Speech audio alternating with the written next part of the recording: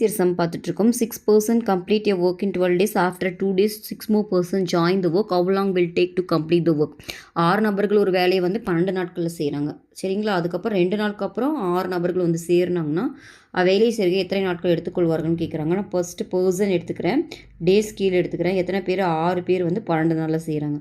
2 days ஆகிடுச்சோம். அப்போது இங்கே ஒரு 2 days கழிச்சிருங்க. ஓகேவா? அப்போ 10 ஆயிரும். இப்போ வந்து என்னாச்சுன்னா 2 daysக்கு அப்புறம் தான் ஒரு 6 பேர் வந்து சேர்றாங்க. அப்போ இங்கே வந்து ஆல்ரெடி ஒரு 6, இன்னொரு 6னா 12.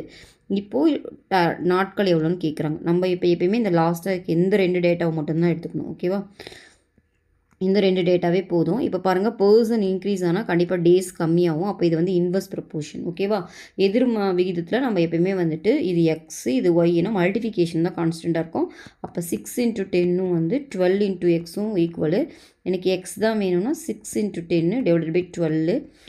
6 டேபிள் கேன்சல் பண்ணிங்கன்னா 1 டைமு 2 டைமு. அப்போ 10/2னா 5 days. ஓகேவா? அப்போ 5 days தான் சம்மோட ஆன்சர். ஓகே.